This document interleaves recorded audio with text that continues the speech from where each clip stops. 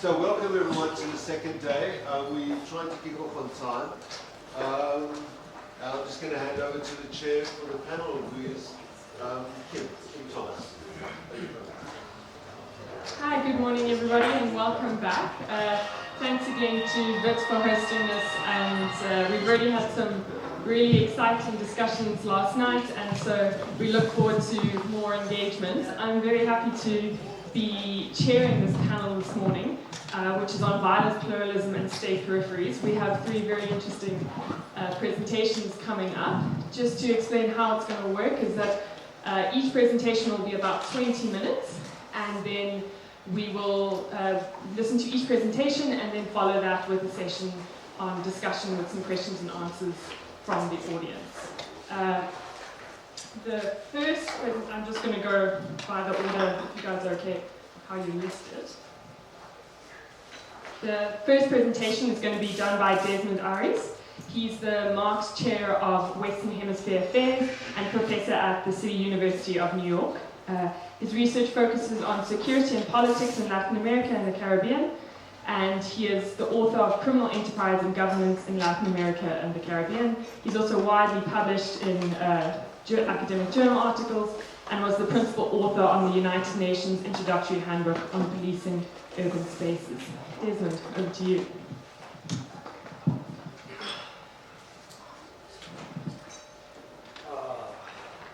Thank you so much for that kind introduction.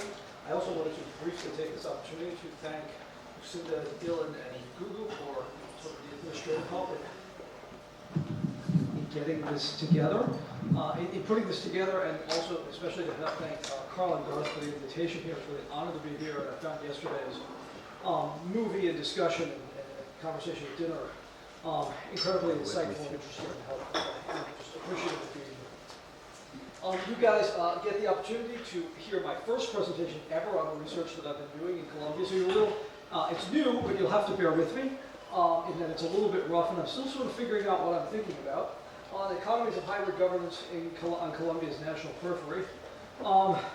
Maybe a little way to introduce this is to go back over some of my own intellectual history that got me here. 9 years ago, I published an edited volume with Daniel Goldstein on violent pluralism that discussed Latin American politics and society, trying to understand the dynamics of democratic governance in the region by focusing not on the failures of democracy and the way in which democracy had become violent, right? And a lot of the literature at the time was enmeshed in a discussion of institutional limitations, and those being the reason for violence, but also focusing, but shifting that focus instead to understand violence not as something that reflected a breakdown of the state or a failure of democracy, but rather a diffusion of violence through society, seeking to understand Latin American politics and democracy in the post-authoritarian era as a political system in which violence was diffused throughout society through various actors, in which political actors managed that violence, in which political actors, social actors, and economic actors managed that violence to advance different projects. This then led to a book that I published on criminal enterprises and governance a couple of years ago, where I looked at criminal neighborhoods run by different types of gangs in Rio de Janeiro, Brazil, Kingston, Jamaica, and Medellin, Colombia. And what I showed in that book was that democracy itself, political practice, right, in Rio de Janeiro or in Kingston, for example, was moderated, right, and became real, became a lived political experience in particular neighborhoods through the intercession of gangs. So you may have a particular type of political dynamics or political institutions in the city of Rio de Janeiro, but depending on the type of gang that operated in the city that you lived in, you had a different experience of democracy, a different experience of how politics work, and how policymaking works in your neighborhood, right? And so, and the drivers of that were, at the national level, the institutional history. So rather, for me, in this project, than, say, neoliberalism or breakdown of democracy in general, or generically causing the particular problems that exist in, say, Kingston or Rio de Janeiro and Medellin, the problems of violence in each of those cities emerged from a long history of inequality, expropriation, and exploitation of large portions of the population that had roots going back hundreds of years. And that those violent dynamics changed at different moments in history, depending on broader political dynamics. And that the violence that we're looking at today in those particular societies was something that stemmed from the experience, from that historic experience and how it was articulated today.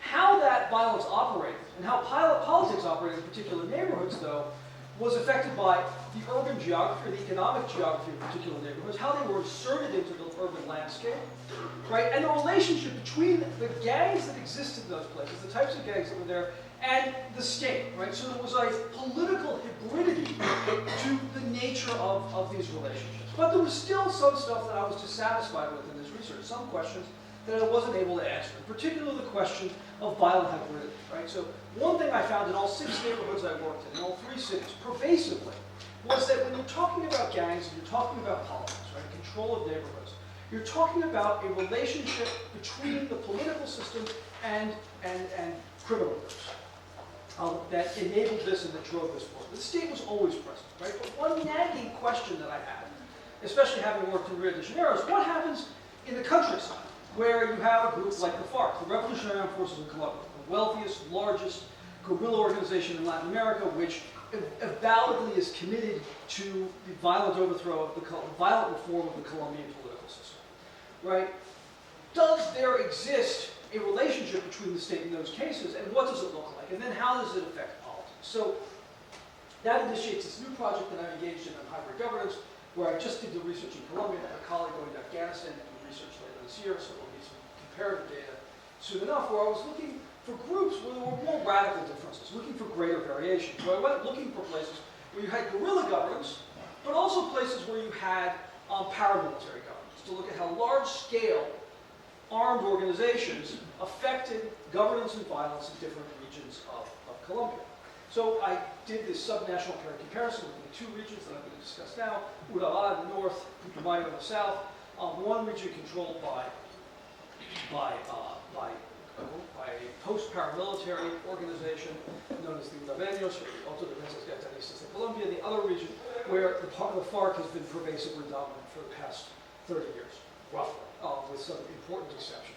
I also sought in each of those areas to sort of tease out internal comparisons. So while the FARC may be dominant in the Putumayo region, the department of Putumayo, there are parts of Putumayo where post-paramilitary groups have effect. So I was trying to look at the areas the FARC was operating in, but I was also trying to look at areas where the FARC wasn't dominant and understand what the dynamics were there, so I could develop that comparison. And similarly, if we move up to Urabá, you had most of the area was dominated by this paramilitary group, but there were other areas where there was a longer-term FARC domination that I also looked at to make these comparisons. So for those of you not familiar with the geography of Colombia, this is Colombia. Urabá is up here on the northwestern Caribbean coast. And then Putumayo is this department down here on the Ecuadorian and Peruvian border. Putumayo is a major producer of cocaine. Urabá, which isn't a department, but rather a region of Antioquia and some other departments, is a major exporter of cocaine and other stuff. Illicit activities are not the only activities that happen in these areas, but they're very important to both areas. This is a map of Antioquia. So this is Medellin, Colombia's 2nd largest city. Antioquia, the largest department in the country, and then this area down here, once you get out of the Andes and towards the coast, is Urabá. Important sort of geographical distinctions is there's a mountain range here called the Serranía de Avive, where you had more FARC presence.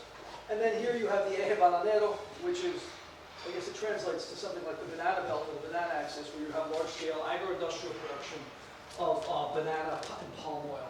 And then in the north you have sort of paramilitary-dominated cattle ranching. So Urabá, the story in Urabá is that it was a pretty isolated area until the 1960s, but there had been a dream among Antioquia's elite to have access to the sea for products made in the region. They opened a highway in the 1960s, and that began the intensive development of agro-industry in the area, especially banana production, and rapid unionization. A banana growers union emerged there, which became one of the most powerful unions in Colombia. But this was all occurred amid a civil conflict, and the FARC, the Revolutionary Forces of Colombia, and a smaller guerrilla organization, which was quite powerful in the area. The People's Liberation Army, the EPL, fought a war over control of that union. This was an exceptionally brutal conflict, as related to me by people in the area. There were serial massacres and other types of gross abuses of human rights in the area. The FARC did win, but this was a Pyrrhic victory. Most of the population was alienated from them by then. And a key portion of the EPL that had been defeated went and joined the paramilitary organization that was aligned with regional elites and that was emerging in Antioquia and another department that was nearby called Córdoba, on the other side of the mountain range that I was discussing. The late 90s and 2000s, there was a conflict between the FARC and the paramilitaries, in which the FARC are defeated, the paramilitaries take over. This is also brutal, probably not quite as brutal as the initial conflict between the guerrilla forces. And most people said that, you know, the paramilitaries are pretty bad, but it was better than when the FARC were fighting the EPL. Although this is by no means to exonerate the paramilitaries from gross human rights abuses and extensive land dispossession.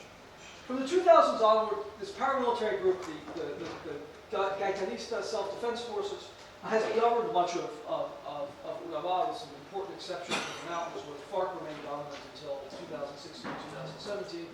And this enabled extensive land dispossession and the consolidation of extensive agro-industry in the banana belt, where people were herded into the rapidly growing urban areas, subject to the strong control of the paramilitary group. The exception to this, and we'll talk about this later, was in certain rural areas of the mountains where the FARC remained dominant, and where slowly the paramilitary group, since the demobilization process, the peace process began, has been taking over, and there's a different governance dynamic up there. The second place I'm looking at is Putumayo. All of this is green, is the Amazonian plain. This is the Andes Piedmont. Putumayo is the currently fourth largest grower of coca in Colombia. The coca economy is quite extensive. There is also a significant oil economy here around the town of Orito and in the southwest that has been critical to governance debates in the region. This region has been almost exclusively controlled by guerrillas with some important exceptions. It's a boom economy dating to the late 19th century, rubber, quinine, cedar extraction, later oil and coca. There was a genocide of indigenous peoples in the late 19th and early 20th century as these industries developed. The coca boom arrives in the 1980s. The guerrillas come in and they control much of that, and they establish a very strong system of governance that's often quite violent during that period. In the late 1990s and 2000s, the FARC and the paramilitaries fight a conflict there. The paramilitaries, interestingly enough, do not really go after the FARC in the rural areas. It's a highly rural state. The conflict is largely in and around urban areas. And what they do is they eradicate guerrilla structures and guerrilla sympathizers, killing many people in the small towns around the state, where the paramilitaries set up dominance and set up criminal networks that then dominate large-scale, basically a lot of the cocaine trafficking, not the coca production, which remains in the hands of the FARC. 2017 demobilization leads to certain shifts. The FARC demobilizes, and then these criminal groups, some of the Sinaloa cartel, take over some of the coca trade, especially in the southern part of the department. But in recent months, the first front of the FARC, which never demobilized, moved down from Meta and Guaviare into Putumayo, and is reestablishing control over a lot of the coca growing, coca production. And as I was working in there until recent weeks, you started seeing FARC graffiti even in southern Putumayo. So I guess one important thing is that the FARC paramilitary war happened largely over here in the southwest, which is in the oil area. These places in the chart made by a colleague of mine at Winifred Tate show the main sites of massacres are in towns around here, which is a combination of the most intensive coca growing area, but also an area where there's a lot of oil production. So what are the economic drivers of violence? Urabá is a highly globally connected area, right, with a globally competitive agro-industrial economic economic base, where there's been a lot of focus on controlling land and populations in order to consolidate an efficient legal economy in conjunction with the area being an important area of coke exportations. There's also a lot of illicit stuff going on. Putumayo has exceptionally limited infrastructure. Much of movement in the department is on rivers and on incomplete roads. Land holding is diffuse and mostly not legally recognized. The coca growers are almost, in all cases, smallholders. And rural areas there are dominated for the purposes of coca production, but also to allow oil exploitations. Urban areas are more loosely managed, and the focus there is very much on controlling political mobilization and political management. This gives us a contrast between largely urban areas and largely rural areas in each of these regions, where different governance structures emerged in response to the specific political economic demands that existed in each of these regions. So we'll first start with urban Urabá, which was most striking. This is at the heart of the agro-industry, and there's intense paramilitary control of populations that have been displaced from the land in order largely to allow the consolidation of these large banana and palm oil plantations. Here in the towns, the people who were displaced and their children live largely in poverty. Young people organize in gangs. There are regular cycles, often around the holidays of the end of the year holidays, of social cleansing, where social media is used to distribute pictures of people who are accused of drug addiction, being troublemakers, or being homosexuals, and those people are subsequently murdered if they cannot successfully flee. There's close monitoring of the population, tight corralling of the population in limited spaces. I was riding through on motorcycles once in one of these towns where there was with the contact there, and we drove through a key paramilitary area, and suddenly we were being surrounded by motorcycles. This guy drove up to us in a death mask, and there's a lot of sort of close observation of what people are doing and how things are doing. There's some corruption of the state, and there's monitoring of social groups, and a lot of this experience of sort of this intense dominance, I think, is evidenced by urban space of the town of Chidorolo, or one of the places where I was doing this research.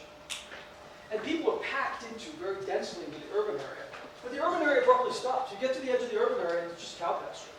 All the cow pasture is consolidated land owned by wealthy landowners, often people associated with paramilitary groups. But the population is largely packed into this space, which is very closely monitored and managed in order to maintain control over the workforce for these other areas. Rural Urabá, especially in the Serrania, Diabibe, this mountain range where the FARC in the north, the paramilitaries are in control, is focused not on controlling populations, as in urban Urabá, but in controlling the space for moving cocaine through those areas. There is mixed control. I particularly did some research in a region of this called San Jose de Ulua, where the FARC have been present, but where the paramilitaries are slowly working their way down. People here talked about the fact that the FARC or the paramilitaries will, not necessarily kick you off your land, right, but they will put somebody on your land in order to strategically observe movement through the area, be able to watch the police who may or may not be aligned with them, watch other armed groups that are moving through the area, and secure the movement of drugs through those areas.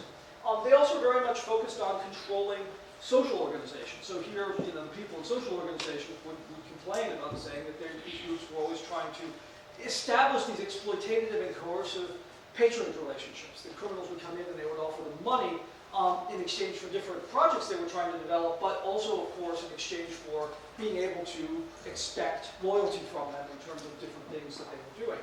So there wasn't a lot of monitoring of precisely what people were doing or an effort to corral people into a particular urban area, but there was a lot of effort to control organizations and space and movement through this area, and a lot of threats associated with that. And here's like one of these places where the ANC, Bantustans in Colombia, arrived and painted on one of the houses. We've arrived to here to stay. To send a message to people that they're here and that they're under pressure. But they aren't saying we've arrived to kick you out. They're saying we've arrived to stay, and you have to listen to us and let us do what we want so that we can control the illicit trade through this area. So we move to rural Putumayo. The focus here is very much on coca growth. in small towns, there is a lot of control over coca production. Mostly this is done by guerrillas, although in more recent years it's done by, especially in the South, although I think this is ending by criminal organizations. There's intense control of coca production. The FARC has long maintained manuals of coexistence manuals in these areas, where there are regulations on people using environmental resources and things like that, and regulations on behavior. The FARC very much worked with the government to bring resources into these areas, right, to advance, to build schools or to write other projects, to benefit these communities, but also did work with the state to exclude different things, like maybe cell phone towers or electrification of some areas that might have been strategically disadvantageous in the view of the FARC leadership in those areas. So there was, despite this sort of radical difference between the FARC and the government, there was sort of a close relationship at the local level between FARC and political forces. People who were coming into the area had to be approved. But the core, which I found out, probably in my last couple days working there, of how governance works in these areas is through the mechanism of voceros. Voceros are speaker for the community. Voceros really do is they monitor coca production in the area. They count up how many hectares people are growing and how much coca they're going to have. And what they end up doing is they tell the criminal organizations that maintain a monopsony on coca buying in the area how much each person is producing. And everybody is expected to sell all of their coca to this official buyer in the area, who then buys the coca at a depressed price, allowing the FARC and criminal organizations to accumulate capital through the control of coca production in the area. The last area I want to talk about, that's a picture of a coca field, coca production, is urban Putumayo, coca production, natural Putumayo, guys, urban Putumayo. This is an area of coca commercialization and general regulation. This was an area where the paramilitaries went through and eradicated lots of guerrilla and leftist structures in the 1990s and 2000s, destroying a lot of the civic networks in the state. The concern in urban Putumayo is very much controlling civic networks, controlling networks that might mobilize against petroleum production, that might mobilize in favor of coca growers themselves, rather than the armed organizations that dominate coca buying markets. And what we found here is a lot of monitoring of individuals. We talked to one state assembly leader who, people were following him around, taking secret pictures of him, mailing those pictures to him to let him know that he was being watched, while he was at the same time denouncing a lot of the activities that these organizations were engaged in. We also, noticed that a lot of people were sort of under threat in towns. Right? There was a big focus in towns, not on controlling coca production itself, but rather on controlling the networks that help to organize coca growers and other popular organizations that seek to advance popular collective interests. So, to conclude, where does this take us? I think that there's a lot of evidence that economies are driving these governance dynamics. There's a lot of evidence, of course, of hybridity. And the different types of relationships between states and illicit groups and private sector economic actors that drive this, understanding the dimensions of that hybridity of violence, hybridity of violence, I think is really critical to understanding this. As I move forward with this, I'm going to have to outline a bit more how that works. I did want to echo two things. First, I think that understanding violent pluralism and these different types of complex violence dynamics is critical to understanding politics and governance in the global south, when these things are most visible. But I think it's also essential in the global north, as Carl was saying yesterday in his first presentation. So if you look at, say, the United Kingdom, right, where you had Ulster paramilitaries in the IRA, or the United States, where you have paramilitary organizations such as the Ku Klux Klan operating and have been critical to politics in the past 30, 40, 50, 60 years. I think we're all doing ourselves a disservice by not looking at these dynamics, these plurally violent dynamics in the context of the global world also. And our failure to look at this and to import these ideas that are being developed in the global south to the global north really impoverishes our view of politics in the global north, especially at a critical moment where we're seeing the rise of far-right violent activism in many countries, and in particular the United States. And I think what we're doing here today is really critical to understanding a wide array of global debates. Thank you so much for your attention. Thank you so much, Desmond. That was really interesting and a great precedent in terms of keeping time, so we shall follow. Next up we have Rahmane Idrissa. He is a senior researcher at Leiden University. Senior researcher at Leiden University's African Studies Center. His research focuses on the politics of Islam in sub-Saharan Africa and on the political economy of state formation in that region. He's the author of Politics of Islam in the Sahel Between Persuasion and Violence. Thank you.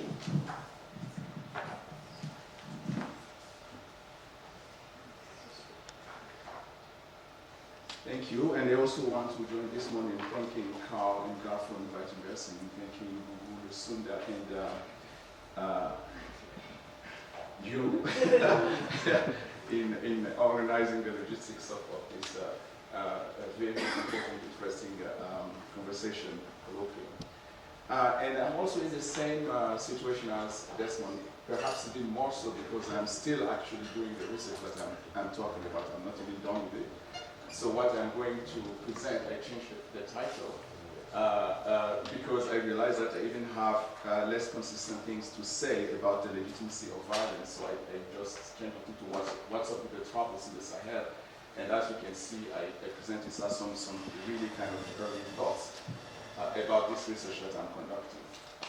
And so roughly speaking, my presentation is about the centrality of violence to processes of state formation.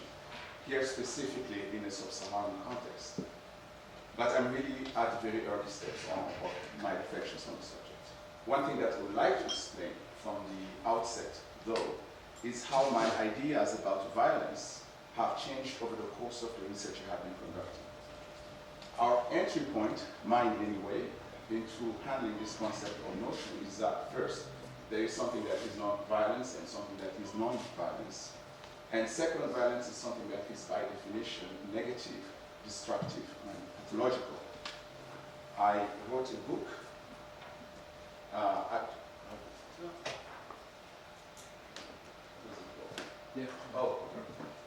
I wrote this book here, actually, in Johannesburg, that's why I'm showing it, which has violence in the title. And there I sort of contrasted violence and persuasion with the idea that there are agendas that aim at compulsion or coercion and therefore rely on violence, and others that aim at persuading or seducing and rely as a result on non-violence or non-violent acts of speech and communication in this case. But now I'm beginning to think that this kind of dualism is kind of naive or at least overblown, mainly because in the research that I'm doing, I'm seeing that there is need to better understand what violence is about. My tentative conclusion, because I already have a kind of tentative conclusion, after this summer of research, summer Northern Hemisphere style, and I started it in June, and as I said, I'm still kind of wrapping it up, is that violence is in fact something inescapable whenever we act in the political realm.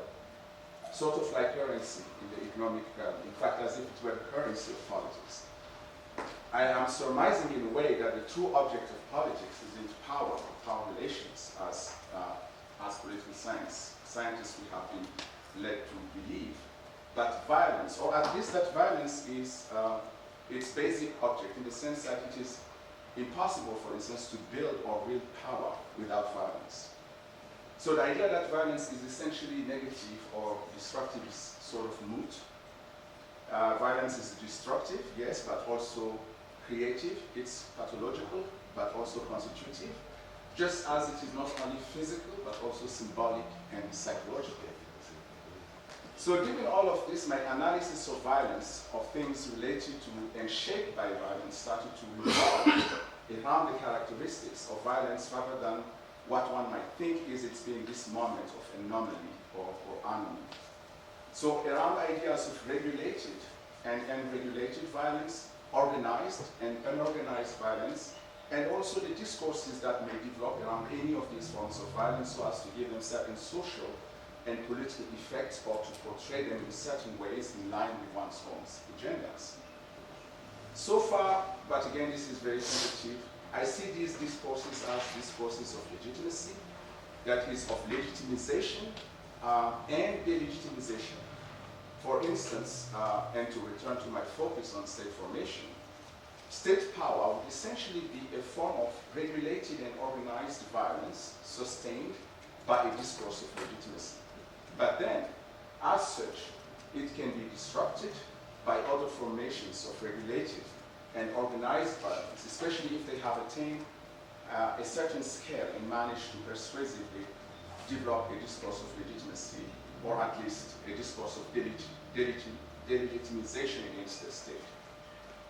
So let me now turn to some of the preliminary, I don't even want to say findings, let's say thoughts and ponderings that are coming out of my summer research and that are leading me to this theorization. And after that, I'll come back to it and give a better sense of the current state of my ideas on both subject, however unstable. The context of the fieldwork is a section of the Sahel-Sahara, which includes central and northern Mali, northern and eastern Burkina, and western Niger, at least a part of western Niger that border Burkina and Mali. This area of West Africa has been beset by conflict since 2012.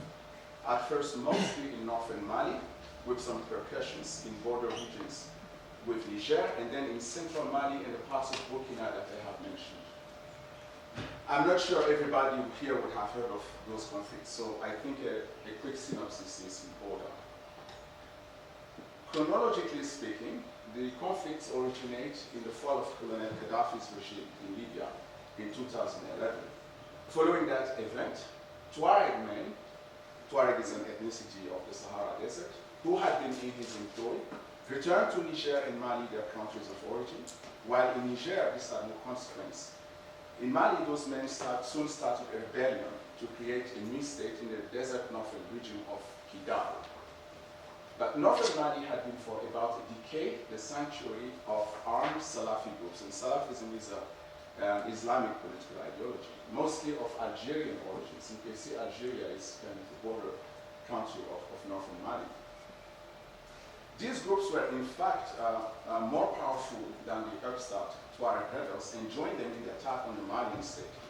Because they were more powerful, they imposed their Salafi agenda over the Tuareg rebels one, which was an ethnic agenda. By the end of 2012, they appeared to be winning the war against Mali, which was saved the following year, 2013, only by a French military intervention. And this map of Mali shows really where Mali was on the eve of that French military intervention. And it is at this juncture that the conflicts I'm going to study really started. The jihadists were defeated by the French, but not killed off. So they reorganized themselves in the shape of shadow networks of militants to continue their targets throughout this area of the Sahel-Sahara. And the disruptions that came from warring in 2012-2013 proved a fertile ground for the emergence of other organized violence formations that are rooted now in communalist claims, like community-based claims, and also criminal operations, mostly drug trafficking, and actually this board is coming mostly from South America. They probably from the places that you described in your talk. There are many other elements to all of this that I will spare you, especially since even from just the first look, these conflicts are confusing on many levels. There is a diversity of actors who use organized violence at a diversity of scales, including jihadist groups, Western armies, national armies, community armed groups, criminal armed groups. Some of these organized violence is transnational in a coordinated way, other is transnational in less coordinated ways, the other is more purely national. At the same time that this violence is largely transnational, it is also regional in each of the nation-state territories. So far it has not become the currency of conflict in southern Mali or southern Burkina, for instance, and in Niger, it remains mainly in the borderland areas. Because of this confusing image, when I started the research, I did not have any working hypothesis. I had only questions. What is the nature of these conflicts? What are their causes? And what are their drivers? And at this point, I have not done enough analysis of my data to answer the first question. And all I can say about it is that the nature of the conflict isn't singular, just like the conflicts themselves. It is multiple, plural. But on the other hand, and I think your concept of hybridity and pluralism in conflicts might help me think about this too. But on the other hand, I think that while the drivers are actually external to the region, the causes are internal to it, or more specifically internal to each of these countries or nation states, Burkina, Mali, and Niger. The drivers of the conflict are almost literally in the sense of those who are leading the way are foreign to the region, largely speaking. On the one hand, there are those jihadists whose leading lights are mostly Algerian and whose larger affiliations have always been external to the region. At one point it was Al-Qaeda, now it is the Islamic State. And in fact, the Algerian military, though nominally an enemy of the Salafists, seems to have a hand in there too. And on the other hand, there are those Western armies, i.e. chiefly French and American. And the story here is that we are looking at another enactment of the conflict between the West and the Caliphate, with local actors falling in line behind one or the other. So the local jihadists are driven, armed, and to an extent funded by their foreign Salafi bosses, driving also with them some community armed groups who have other agenda, not necessarily Salafi, essentially the Fulani. And the national armies and some other community armed groups are following the lead of the French, even though they also have their own agendas. But I think neither the Algerians nor the French are the causes of the conflict. And this is a very fine line, because if you look at the chronological synopsis I gave before, it shows that the conflict will not have developed without a confrontation between the jihadists and the French in 2013. But that confrontation should be seen more as a triggering than as a causal factor. I think the root causes are in the structures of how the countries involved, like Burkina, Mali, Niger, operates as nation states. And this is actually the big hypothesis that is coming from the research. So what are these nation states, Burkina, Mali, Niger? Well, on the surface, they are unitary nation states run by governments that are representative democracies. But if we use violence as the analytical entry point, we have another vision of how they operate. But very schematically, obviously, I would say that in all three countries, official violence, by which I mean state violence, state/government violence. Garth drew my attention yesterday that there is this, we should keep in mind this distinction between state and government. And I think it's important to understand what is going on here also. Official violence has three main characteristics that would help us understand what is going on here. First, official violence is organized and comparatively well regulated in the center, that is, in the capital city and its environs, and in the major cities and their surrounding areas. Second, it is less well organized and tends to be increasingly unregulated the farther one travels away from the center less conceived, so mostly in the rural areas. And third, even in the center, official violence tends to be almost exclusively at the service of the ruling elite. And I do mean the ruling elite, not the elite more generally. This latter point is important because the legitimating discourse for official violence is that of representative democracy, the rule of law, liberal freedoms. However, and due to the structure of the political economy of these countries, which I think here is really the fundamental explanation of how they operate, but I want to block this point here. What we have here is essentially something that is best called elite democracy. I think you can come up with better wording, but this is the concept that I have come up with so far. In the sense that government represents essentially the various interests of the elite, and is as a result object of a continuous fight between elite factions. They are organized as parties, but those parties are really constituted by factions. And government serves the public only insofar as this coincides with the interest of a powerful elite faction, so not very often. As a result, official violence is very restricted in the good that it does in terms of service and care, and it is not incentivized to develop its efficiencies nationwide. It is brittle, its legitimating discourse isn't credible, and both of these defects are more pronounced away from the center. The major outcome of this setup is that in these countries, as in fact in many sub-Saharan African countries, The periphery is where unorganized and unregulated violence, both of official and non-official origin, is more prevalent. But caveat here, this isn't generally large-scale violence, although it can be, despite the occasional big fight in the Sahel, mainly over access to natural resources such as farmland, pastoral land, or aquifer. And there are actors who play a role in the self-regulation of violence amongst local communities and who may be used, certainly in Niger with the so-called traditional chiefs, by the central state to provide services such as home-style justice. But this context is at least potentially a kind of powder keg, although I wonder which context is not a powder keg when we come to think about it. Nothing happens so long as violence remains low-scale and relatively unorganized. You know, the kind of violence that always actually surrounds us, even if we don't see it because we don't pay enough attention. What happened in the Sahel is that several forms of organized violence emerged in 2012 in northern Mali, which was the quintessential periphery of that country. Several, or at least two, the Tuareg organized violence of rebellion and the Salafi organized violence of jihadism. Moreover, the latter, the jihadism, was highly regulated by its religious discourse of legitimacy, which relied on Sharia, which is a well-established legal corpus.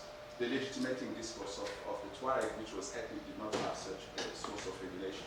I can go into what this regulation means during the question and answers. Both the jihadists and the rebels also developed a delegitimizing discourse against the Malian state, something which, given the general conditions I described before, was not far from being a piece of cake.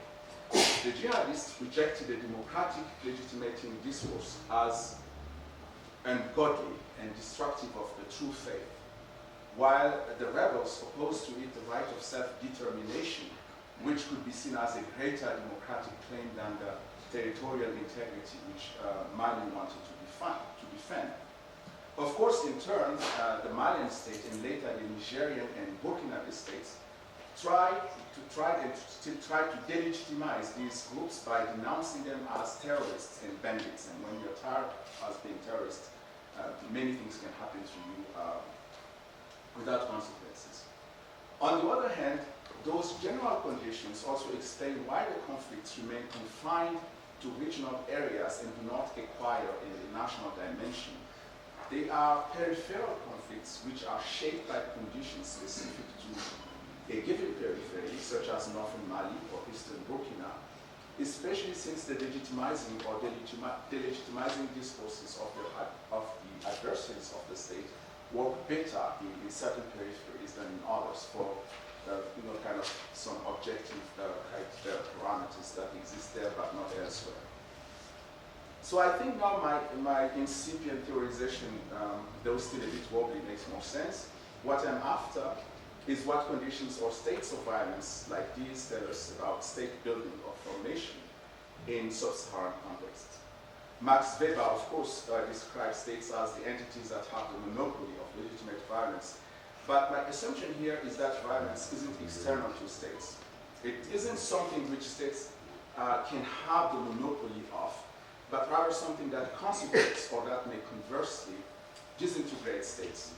In that sense, the various types of violence that are sort of at work in the Sahel tell us where those states stand in their process of constitution. However, I'm not also claiming that the state is all about violence. In the abstract that I sent, you can see that I'm drawn to a kind of analytical distinction between a regalian and the service aspect of the modern state, which is leading me to a new kind of dualism, maybe less naive between violence and care. I say less naive because I'm not conceptualizing care as the opposite of violence, but as something else which may constitute states, sometimes even through violence, or especially the legitimacy of states, an idea that comes from Michel Foucault's conceptualization of pastoral power in governmentality. The issue that I see here in this connection is that the states in the Sahel and perhaps elsewhere in Africa are more regalian than service states, and are regalian even in a kind of very strange way, in the sense that the security practices sometimes exclusively at the service of the people in power. And so they are being constituted more by violence than by care. But this is a part of my reflection on the subject that is really completely incipient. They don't have a solid hang on it. So I think I better stop here. Thank you, but before maybe I go, I want to echo what you said about how these lessons can actually also travel to the global north. I was having an email exchange yesterday with a friend of mine, who's a journalist and historian, American journalist and historian, and I told him about this, and he immediately thought about parts of Oregon that are not controlled by the American state, the Uyghur in China, things happening in India. So I don't think this is really restricted to Sahel or to the global south, but we can talk about this. Thank you.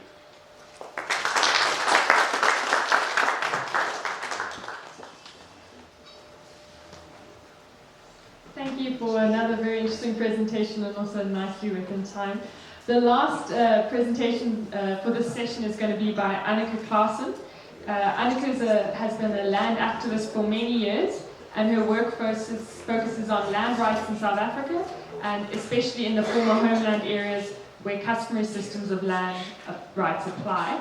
She is also the chief researcher at the Land and Accountability Research Centre at the University of Cape Town. Thank you, Aninka. Thank you. And also just to start by saying thank you to Carl and to Garth and to Dylan and to Lucinda and to Google. And to start by saying that my background isn't in the sphere of violence, and I haven't read a whole lot of this literature, but I'm finding it very fascinating. So, South Africa,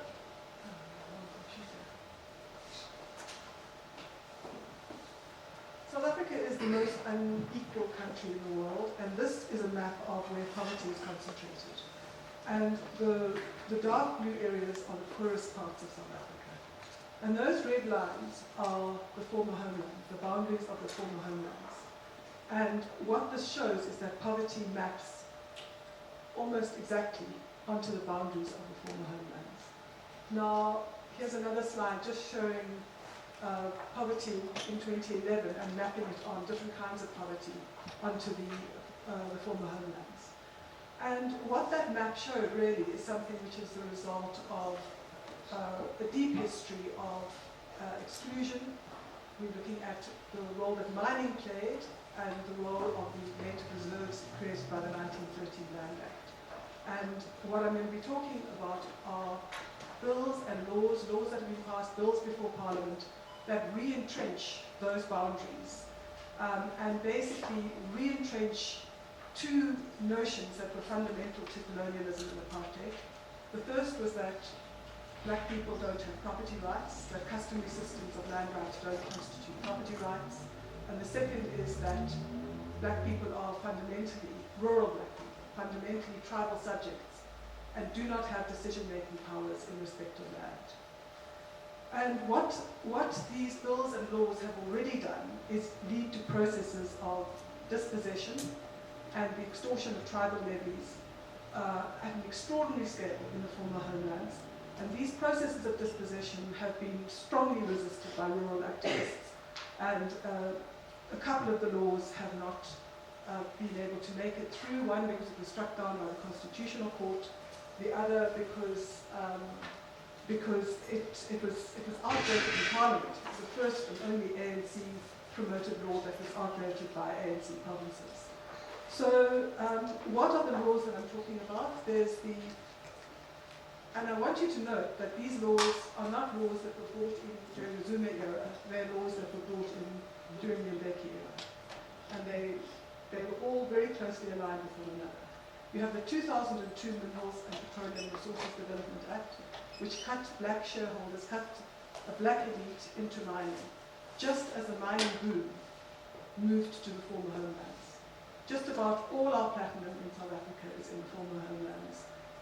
Most of the chrome is in the former homelands. We've also got titanium in the former homelands. So at the time that very senior ANC people were cut into the big mining houses, at exactly the same time, and these bills were all developed in tandem with one another, the Traditional Leadership and Governance Framework Act was enacted, which revised those disputed Bantustans boundaries and revived chiefly lineages that were put in place during apartheid. And in the next year, the Communal Land Rights Act was passed, which vested control and ownership of all communal land in traditional leaders. Now, communal land is the 13% of South Africa that was set aside for black people by the former homelands and was augmented by a process of brutal forced removals during the 1960s, from the 1950s through to 1986, when the massive mobilization against forced removal forced the government to stop that policy. I've got two things that I'm following here.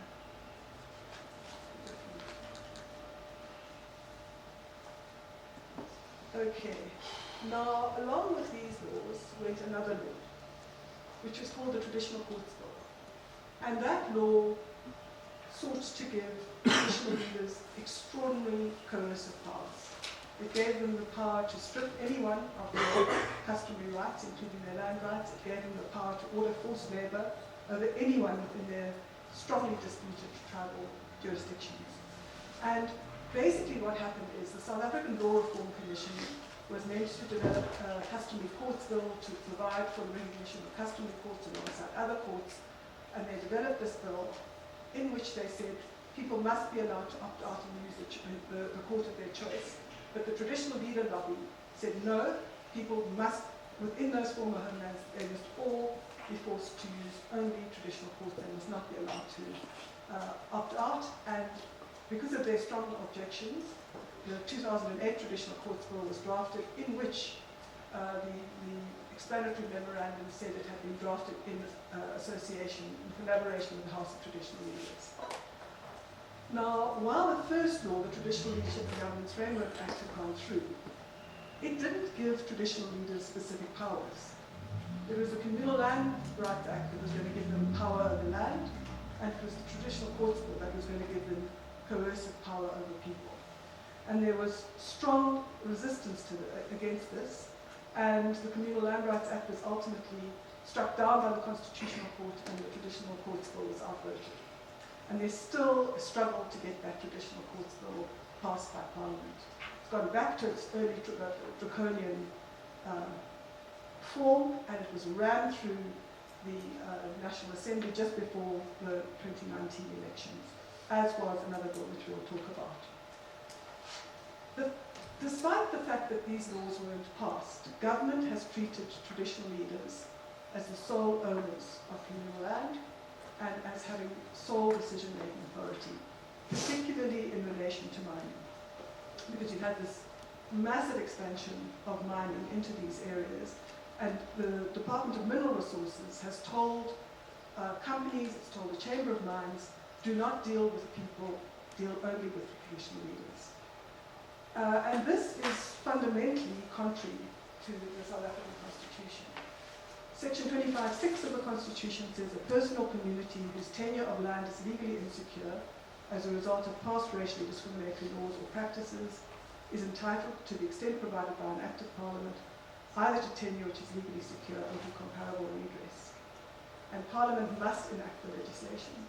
So Parliament enacted a law in 1996 which provides that no one may be deprived of an informal right to land without their consent, except by expropriation. So in other words, they elevated these informal rights to the status of property rights because you can't be deprived of property except by expropriation.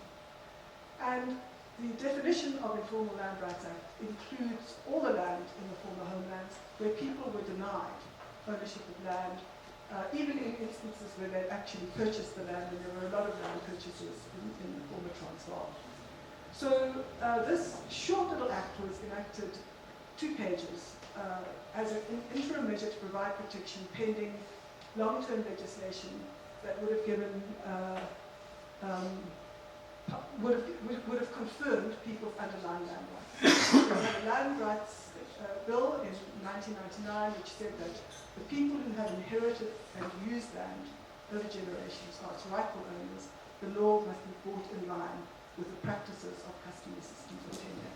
That was kicked out in 2000, and this other package of laws were brought in. And what you've seen here is, despite the fact that the laws are contested, we've seen extraordinary processes of dispossession.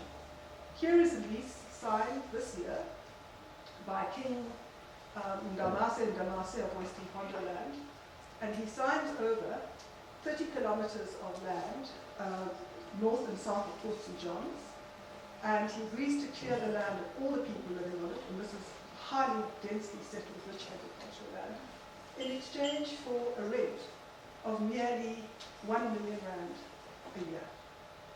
So, and this is signed and sealed. This same chief has now been given a police station inside his royal palace. We've had the recent Basel judgment in which women who had set up houses for themselves, single women, in an area around Mthatha, and had built houses, living there peacefully with their children for over 20 years, and suddenly a head woman comes and says, you have to pay me 10,000 rand to keep this land. And they say, no way, we haven't got 10,000 rand, and anyway, we've been here for over 20 years. And she has thugs who come in and basically start demolishing their houses and block them into their houses.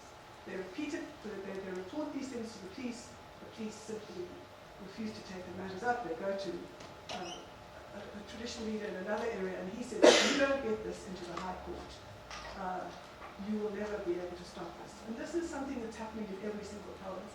And because they managed to get to the High Court, which they would never have been able to do if the traditional court of law were enacted, they got an interdict stopping these violent actions. Okay. So we've also found, the public protector has found 600 million rand missing from the so-called private accounts of the Bafo Bamukhani community.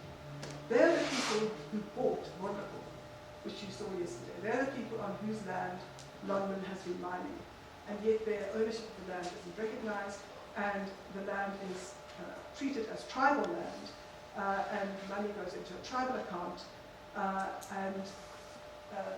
yeah. Okay. Then we've got 25 billion rand of value has been lost by the Bakhatla Bakhafela, who live on the land near Rustenburg, which has got the richest platinum deposits being mined. And 25 billion rand have gone out of those, of their accounts. 25 billion rand in value has basically ended up offshore because of secret deals done by their chief, Khosi Nyalala Penani, with external investors. And because he kept the deal secret, the investors managed to rip him off. Now, this is happening at scale. These are just a few examples. There are many other examples in Limpopo, in the Eastern Cape. And these things are possible only because government is deeply implicated. Premier Mahumapelo refused to depose the Bafo and the Mahata chiefs who were involved in those multi-billion rand corruption, despite the fact that a government commission of inquiry said that they were not the legitimate chiefs. He simply refused to depose them, even after that 600 million rand theft was made public. And he's been able to, they're still in power, even under the new leadership of the Northwest Province. The 600 million disappeared from an account held in the Premier's office, the Northwest Premier's office, in a situation where the Auditor General was meant to have been auditing those accounts since 1994 according to law and has never done so. We've got the Human Rights Commission report that Patrice Motsepe, one of our ANC royalty mining magnates, uses the money that's meant to be for social and labour plans in the areas where he mines to build royal traditional leaders' offices. He also massively funds Controlesa and the various kingship installations around the country. So what we've got now is a situation where people's surface rights to land that they've lived on for generations, are routinely confiscated for mining. The rights are not recognized. They are considered to be owned by traditional leaders. The traditional leaders agree, and then have a very cozy relationship with the ruling party, often funding ANC officers in the areas where they operate. And here you have our deputy president, who routinely, or just always before elections, gives large numbers of cattle and 4x4 vehicles to traditional leaders. However, these mining deals, these multi-billion mining deals, are legally precarious, which is why there are a whole lot of bills before Parliament now trying to provide a veneer of legality. There is no law that authorizes chiefs to be the representatives of rural communities. There's a bill that's been pushed through Parliament that's awaiting the President's signature that would give chiefs that power for the first time. They never had it under colonialism, they never had it under apartheid. But also, the law that recognized them, the Traditional Leadership and Governance Framework Act of 2003, had a kind of reform measure which said that we'll confirm those old boundaries, we'll confirm those illegitimate, rebelled against authorities, but they must include 40% elected members, and they must include 1/3 women. In Limpopo, they've never had a single election, and they just simply refuse to include women. And that means that traditional councils that refuse to have elected members or include women are legally invalid. And yet, they have been allowed to continue signing these deals with these mining companies. Plus, the Interim Protection and Informal Land Rights Act that we looked at provides that no one can be deprived of their land rights without their consent. And that's been abrogated by the Minister of Rural Development, who signs off surface leases without obtaining the consent that a law that her own department says she must obey. So basically these issues came to a head in two very important rulings in the courts last year. The first was in October 2018 in the Constitutional Court, the Maledu judgment, where basically a traditional leader, Yalala Pilani, the guy who's stolen the 25 billion, where he had agreed to mining on land that a syndicate of black landlords had bought 100 years ago, but because of something called the Six Native Rule in South Africa, they weren't allowed to own it themselves, because any group of more than 6 natives who purchased land had to affiliate with the tribe. So it looked as though it was tribal land under the authority of Yalala Pilani, whereas in fact this group, the Lesotho community, had used it exclusively for over 100 years.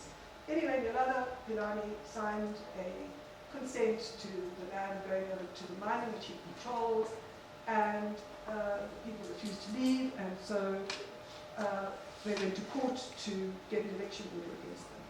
And the Northwest High Court granted this eviction order, but that was appealed to the Constitutional Court, and the Constitutional Court said, how can it be that the mere granting of a mining right can enable the eviction of these people when there's been no process to terminate their rights? Now they were slightly unusual in that they had purchased the land, but they had rights in terms of appealment in any event, because their tenure was insecure because of past racial discriminatory laws. So what we have now is three new bills before Parliament. And yeah, I won't go into them because I'm running out of time. But just to say that Van Holt argues that violence and authoritarianism is already necessary to contain the levels of structural marginalization of the poor, and will become increasingly necessary as a marginalization increases. And basically what this legislation shows is that as long ago as 2003, the legislature realized that if they're going to pass laws that enable and elicit dispossession, then there must be a coercive element intent, which is the traditional court law. And really it's about, what we're seeing here is about balancing and protecting existing vested rights. Because these new bills will also be struck down because of our Bill of Rights. In terms of our Bill of Rights, no one else can come along and decide that your land rights, which are protected by the Constitution and by customary law, and customary laws, the Constitution is the recognition of customary law, no one can come along and decide that your rights can be given over for their profit without your consent. But what we've got is a kind of absolute short-termism here, where there are already these precarious mining deals involving very, very senior ANC elites, the forces, the Rama forces, the executives, and other short-term mining deals that are being negotiated at the moment. And I think really what we see is a kind of use of law to basically override basic citizenship rights and to reconfirm that people are tribal subjects. And we've seen this most clearly with the Minister of Minerals, William Montash, and his attitude to the Kolobeli people who have strongly resisted mining on their land in condone land. And in a way, you know, there's a strong link to their kind of extraordinarily militant resistance and the miners that were shot down in Marikana, many of whom were also Kwanda people, and going back to our whole history of the Kwanda revolts. And basically Montash is refusing to heed their statement, and they've won a court judgment to say that mining can't take place without their consent. And he's appealing that judgment, and he's saying not only that they have no right to make this sort of decision, but he's saying that rural people have the right to say no to mining, there will be no mining in South Africa. And that's because of rural people's experience with mining and the way in which the government has regulated it to basically as a middleman, selling our key resources and people's basic livelihoods and people's basic citizenship rights for short-term profits for factions within our own. But I mean, to me, what is remarkable, and I can't to downplay this, is this is not happening. This is happening through law. This is happening in Parliament.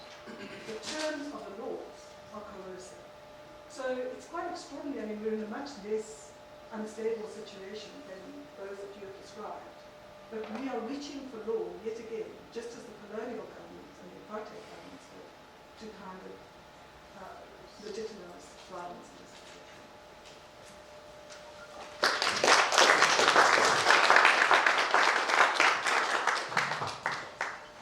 Thank you very much, Aninka.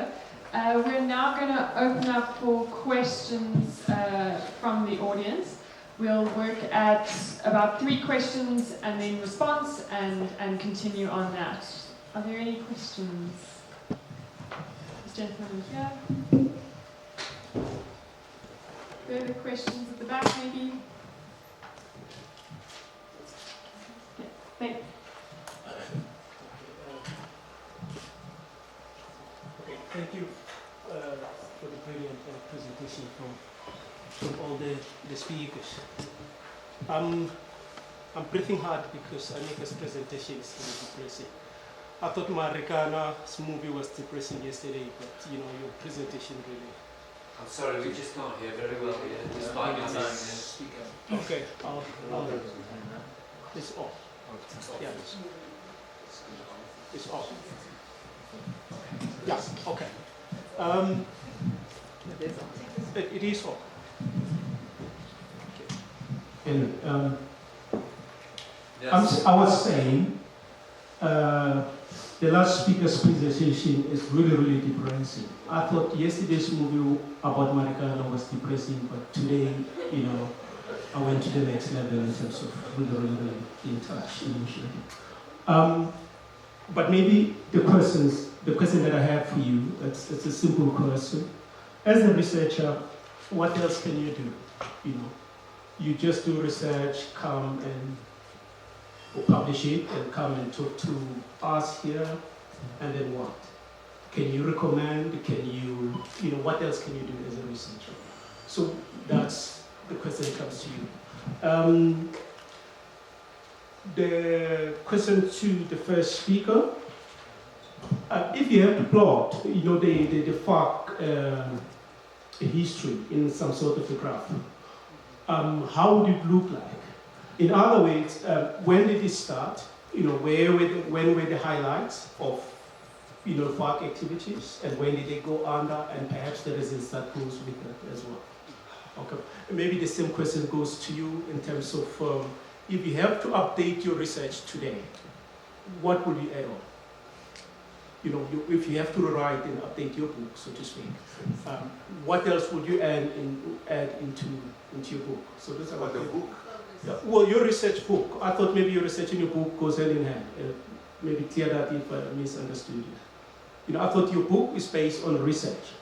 Okay? If I'm confused, please clear that as well. Thank you.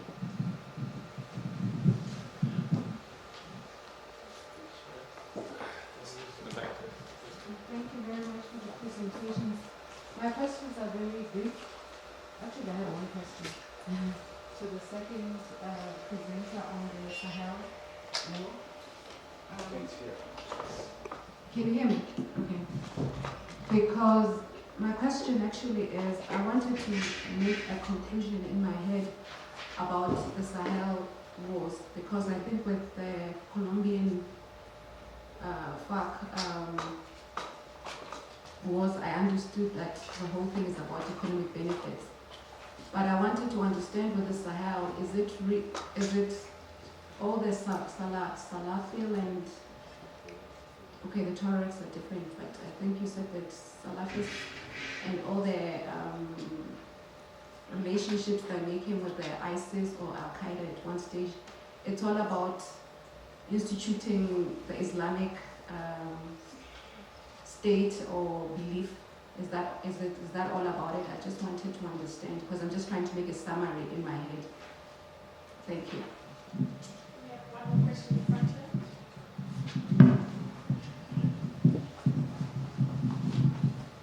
here. Good morning, everyone.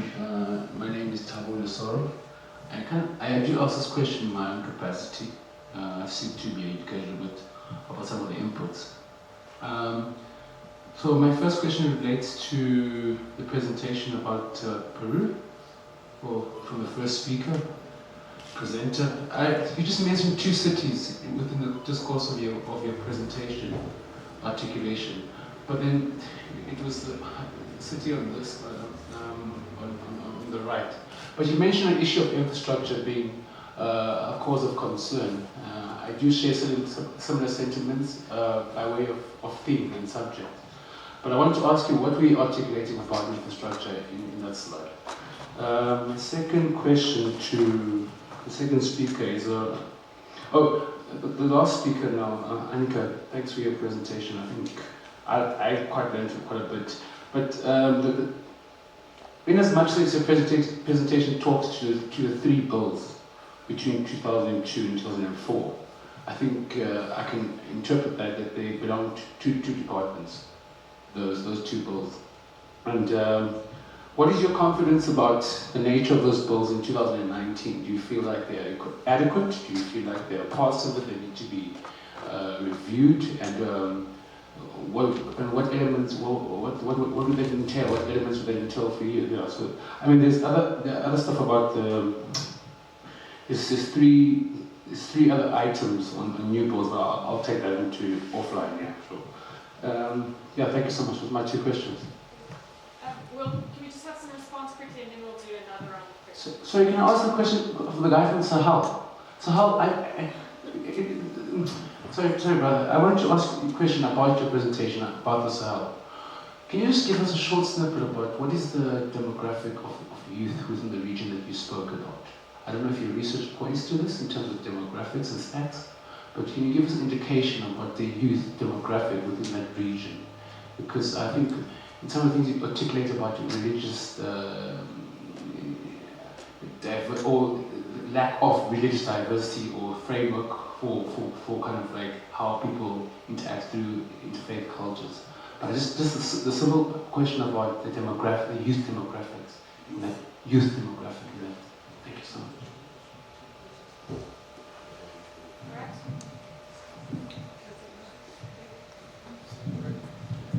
Okay, so in terms of the FARC's history, the FARC were formed out of a set of guerrillas who didn't demobilize from the 1948 to 1958 civil conflict. They were associated with the Liberal Party. They remobilized They became active as a Marxist, as an indigenous Marxist guerrilla force in 1964. And they were significant, but not super powerful until the 1980s with the expansion of the cocaine trade, which enabled them to expand dramatically in the country.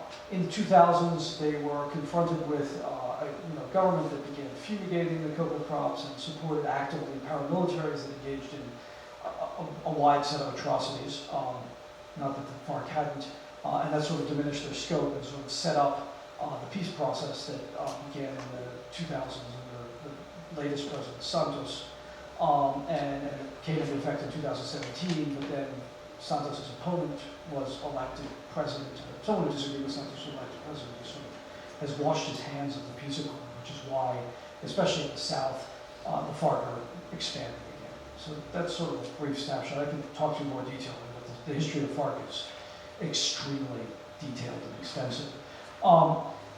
In terms of the question about the two cities and regions and infrastructure, infrastructure actually is really a key part of the story that I'm telling. So in the north, in Rawa, until you had a highway, there wasn't a lot of economic development. And they built the highway, and that opened the way to building large-scale agro-industry in the region, and provided a basis for this economic consolidation project led by paramilitaries in the late 90s and 2000s that leads to the construction of the cities and the sort of paramilitary dictatorship up there in the north.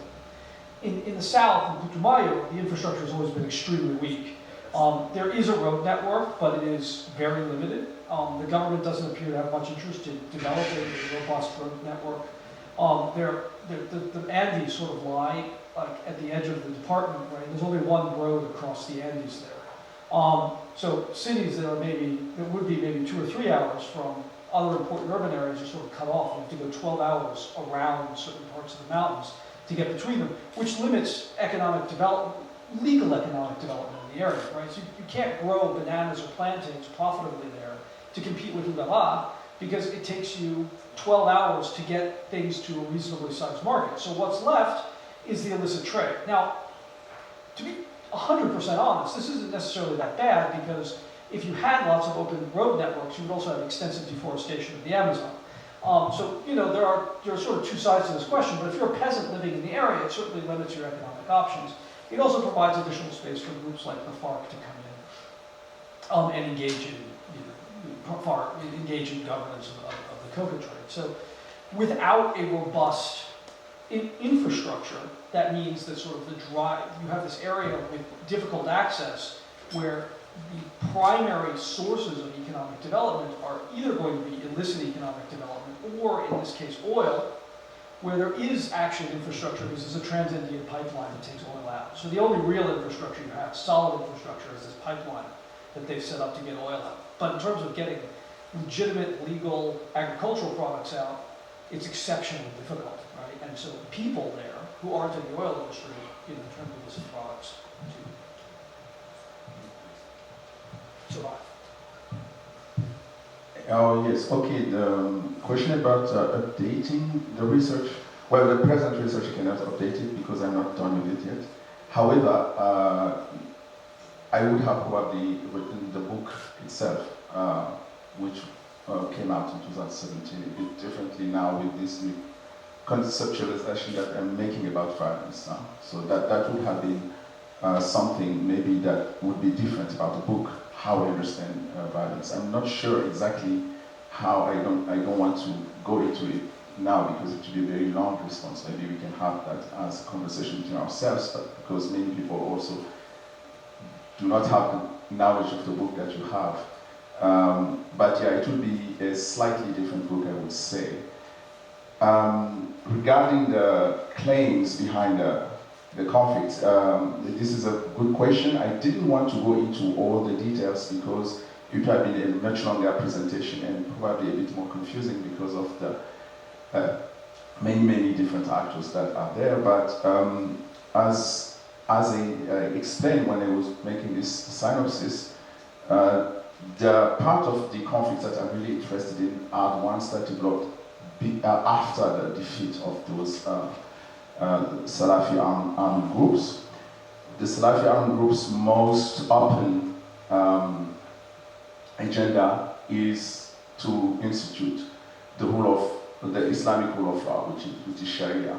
But of course, there are so many actors in those groups who have their own different also interests to defend and promote. And this all played into the specific political economy of the region, of the Sahel, where you have competition between different communities around natural resources.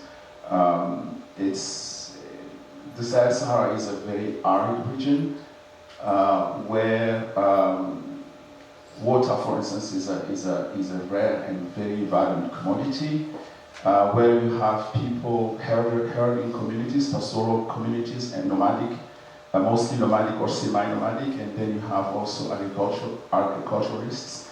So you would have conflicts around between pastoralists and agriculturalists. You would have even conflicts also between pastoralists of different ethnic groups, and you will have conflicts between agriculturalists around the boundaries of fields.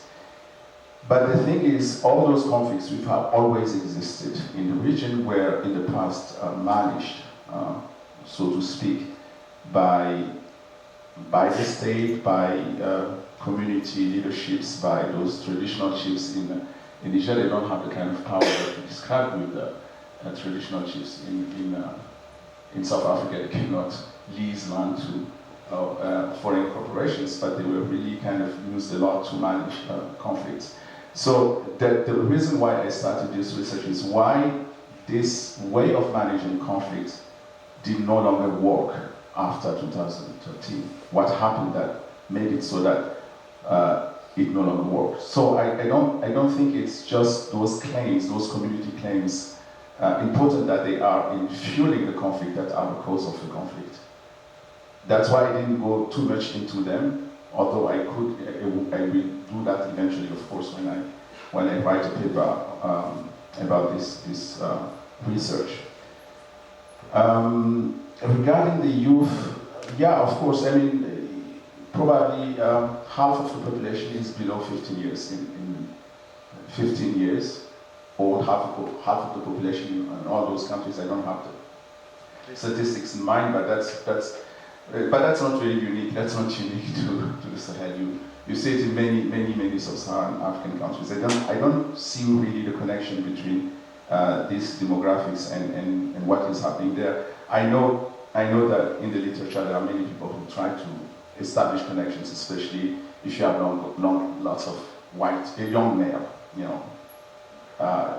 that would tend to exacerbate conflict. I'm not really convinced about that. I think there are so many other parameters that play into this. This is a structural factor. It's not, and structural factor has usually kind of background factors that in other countries you don't have this, these conflicts, despite the fact that you have the same demographics. So I don't know how to interpret that, but that's the data that you're asking for.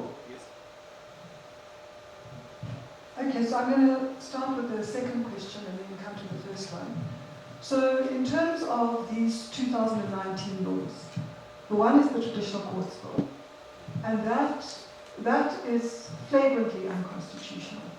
In fact, it's so unconstitutional that even the Department of Justice is completely skeptical of the process. So there was a 2008 bill which was flagrantly unconstitutional. People resisted it extremely strongly. They went to public hearings in every province. They explained why it's completely at odds with actual custom. And they achieved this extraordinary result of having Parliament, the provinces vote against the bill. And yet they introduced the exact same bill again in 2011. And again there was strong resistance. And it was withdrawn at the last moment.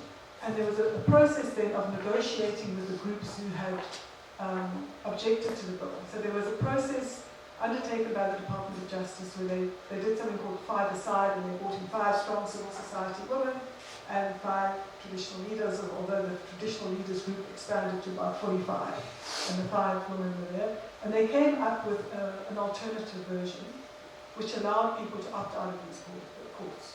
Because in some instances they are valuable, people use them, but it's when people are forced to use them that they're problematic. Because then they're used by these chiefs to just get rid of anyone who objects to their kind of autocratic behavior. And then in Parliament, under Matole Motsecha, basically, Parliament lambasted the department for having watered down the original one. And they then insisted that it go back to the 2008 version. And the ANC unanimously supported this. But the Department of Justice put in the side all the changes that had been required and, in a way, provided a kind of key as to how the bill is framed to be unconstitutional. For example, they insist that these are courts of law, they insist there should be no lawyers. The Constitution says that any person who's accused in a criminal matter is entitled to a lawyer. And they insist that there must be courts, and they insist that they must deal with criminal matters. And basically, there's a kind of total standoff between what the Constitution says and what's in this bill. And it's extraordinary to see the ANC defending the bill. They voted unanimously for the bill. Who voted against it? DA, EFF. Unfortunately, this time Coke voted for it. But so that one is like a joke, actually. It's and then there's the traditional leadership and governance framework. But no, there's the traditional and Khoisan leadership bill, and that is the worst we've ever had, because it basically says that traditional leaders can sign deals like Damas and Damasi.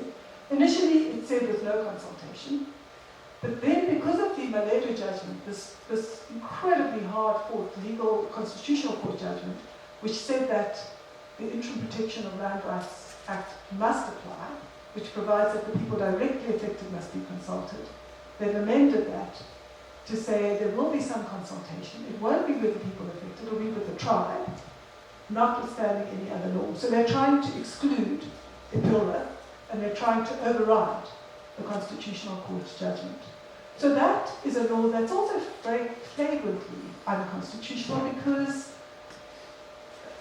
people have every system of property gives people decision-making authority over the land. And people have got rights in terms of the PILRA, rights in terms of the Constitution, and rights in terms of customary law. They don't care that these laws will be found unconstitutional because they'll only reach the Constitutional Court in 5 to 10 years' time. And the guys are just moving in there and evicting people and mining in ways that destroy people's livelihoods irrevocably, but also destroy water tables and the environment. And it's real short-termism. Then, when we say what can you do about it as a researcher, our research unit at UCT is differently structured from most others, in that we routinely, support groups that are mobilizing against these bills. There's an Alliance for Rural Democracy, there's a Stop the Bantustans Bill campaign. Because you must remember that one of the key dynamics in the late 1980s and the early 1990s, which kind of led to part of the transition, is the rebellions against the Bantustans, which were, really hard fought and where massacres occurred in Bath and in Sahel. So you've got a citizenry who have fought this kind of abuse under the Bantustans and who recognize these bills as taking them back to that dynamic. So you've got older and younger people. So you have really strong mobilization. And what we've done is we've worked very closely with those groups, especially in terms of alerting them to when public hearings are going to be, making sure they get to Cape Town, to speak in Parliament. But also we have supported litigation. So we supported the litigation that got the Communal Land Rights Act struck down, and a whole lot of other litigation that's going on, and we're currently involved with litigation against these two bills. So, for that we pay a price, because our researchers are so busy involved with these urgent processes that they don't publish that much.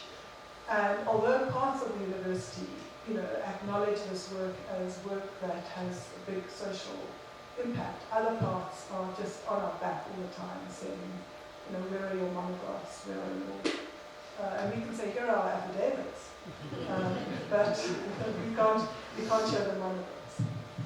Thank you. We're going to go for a next round of question. I know Carl had a question, and there's two gentlemen at the back. Really interesting panel. I'm patting myself on the back for putting this panel together, I must be honest. But it's very exciting. So my question really, and this is one of the things about doing, about trying to look comparatively at such very different countries and continental dynamics. So, so those of us who may have a deep understanding of South Africa might struggle to understand something that's happening in Mali or in Colombia. So perhaps my question reflects some of that. But what I'm interested in is the question of the relationship between the central state or democracy and the constitution of these subnational regimes, these peripheral regimes. So, I mean, Aninka, your case is very clear, I think, and very clear for me to understand the way that the central legislature is actively constituting these regional regimes of dispossession and violence, and that's the blatancy of it is quite extraordinary. This is part of the disjunctions of democracy that we saw yesterday, where a massacre is processed through a commission. So that one, that's a very clear kind of active constitution of a regional regime. Now, I'm curious in relation to Desmond, your work in Colombia, because the concept of hybridity that you present seems to imply a kind of active relationship between the constitution of these regimes and the constitution of the central state. And I probably couldn't grasp quite a complex set of processes with a lot of regional variations that you talked about. But I wonder if you could clarify what that relationship is. And the same goes for Rahmane, your talk, because in some respects, I mean, it seemed to me like trying to grasp what both of you were presenting, that the realities you're talking about could fit the kind of traditional model of a breakdown of central state authority and these other regimes proliferating in the absence of that central authority, which I suppose is the way traditional political science or traditional sociology understands these alternative regimes of violence.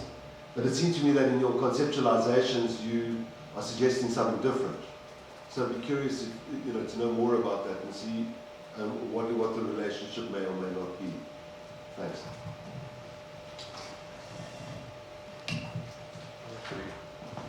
I'm sorry, I actually have a very similar question to that, to the one that Carl just presented, and especially for Desmond. I basically was interested in seeing how the FARC and the central government and the civic groups in urban or rural areas interact with each other. Is it just like a peaceful environment, or are there clashes? And if there are clashes, what triggers them?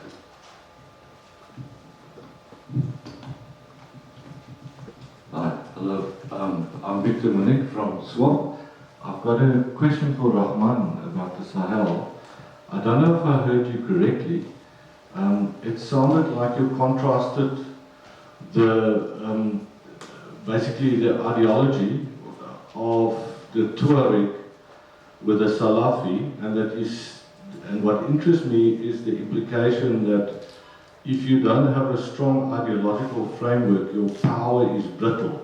So it's a combination of physical violence with something that's cognitive or that's an ideology, or that has to do with your legitimacy. So I'm not sure I heard you right, but that is the question. I know there was another question at the back. I can't see now, but raise your hand, Dylan. Is it me? Yeah. There's one in the back first.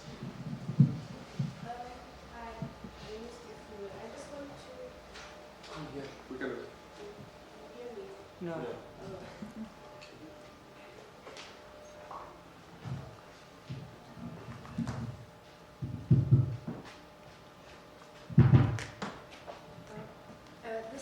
question is to Aninka. I just wanted to ask about the general response in communities, in these rural mining communities, particularly those that are quite small.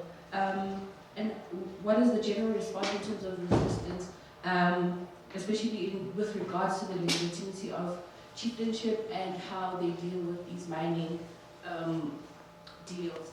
Another question is, I'm not sure because I've not seen this yet, but are there any obligations towards what these royalties from mining companies are supposed to be used for, or do they just, is that only at the, towards what the traditional leadership decides on what to do with that, or does it just stay in the D account and, yeah. And then we have another one just up here in the front. Sorry, lost your microphone, so I think it's coming back.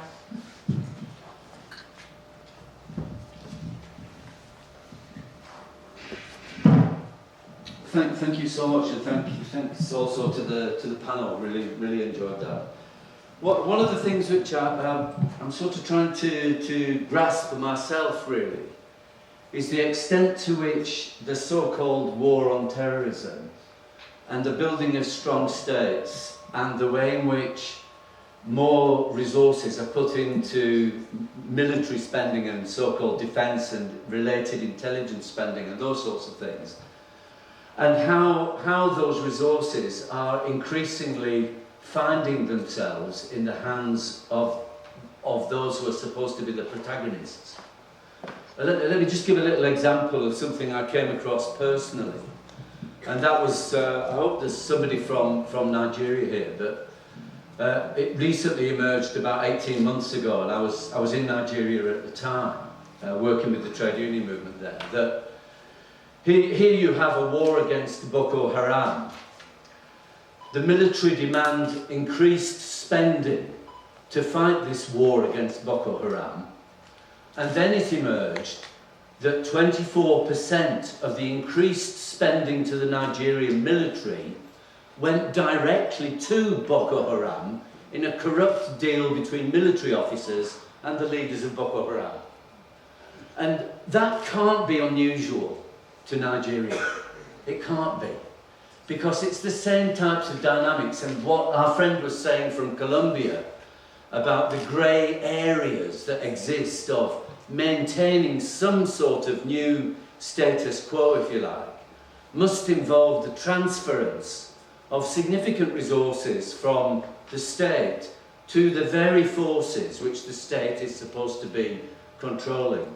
So I was interested in what's emerged from all of the examples about the possibility of exposing that shifting of resources and in fact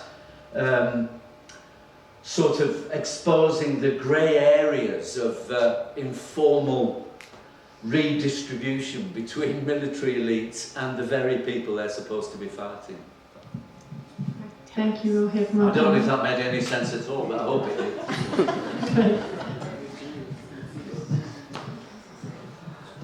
So, you know, that the question was the one about what is the general response. And of course it varies from place to place, but where Mantashe has it, he's right, when he says that if communities had to agree, there would be no mining. Because people's experience now is of absolute dispossession, moving of graves, you know, blasting, no enforcement of the social and labour plans that the mining companies are required to make as part of their applications for mining rights. So there's resistance, but it takes many forms, and unfortunately, what we've seen is really violent targeting of anti-mining activists and assassinations, and these kind of gangs who in some instances are employed by the mines, but sometimes by the traditional councils, who then target the anti-mining people. And these gangs in a couple of instances have just gone rogue, because you end up not getting paid, and you end up getting these, what are characterized as faction fights within the community, but are actually all sparked by people who've been bought off by mining in one way or another, really targeting the activists.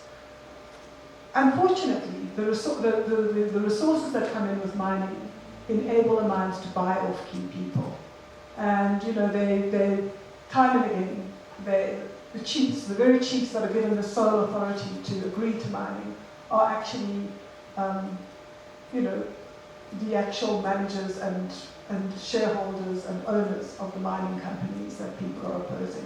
So you've got the well-known example of Golobeni in Pondoland, where the chief Baleni initially opposed mining, supported the community in their opposition to mining, and then got bought off, got given a 4x4, got made, you know, given big stakes in the mining company, and then, you know, has since then supported the mining and insisted that nobody but he has the authority to represent those people in court.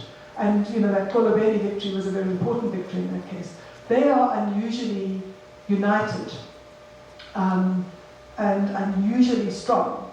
But what you're seeing in that whole Pondoland area is not just mining, but the toll road that's been brought in to actually enable the mining and to sort of enable access into that area. And you've got people resisting that toll road to the extent that it can no longer be built, because they go in and they sabotage the machines and they block access into the area. So that's a different kind of resistance from, say, in Northwest, where you've got many of these groups are actually people who purchase the land. And despite having purchased it, chiefs are, and particularly this Yarana Pilani, who, by the way, is the deputy chair of Controlesa, and is like this with Albert Bapela. I mean, when Albert Bapela, Deputy Minister of Cooperative Governance, goes on radio to support these bills, he stands there with Yarana Pilani, who's got 3 constitutional court cases against him. So, yeah, in terms of royalties and in terms of finances, there's a section in the Traditional Leadership and Governance Framework Act which is meant to regulate the finances, and that is simply not enforced, to the extent that it requires that the tribal funds be audited annually by the Auditor General, and none have been audited since 1994. So you've got this selective enforcement of the laws, and all the provisions that were included in them to try and make them look constitutional are simply not enforced.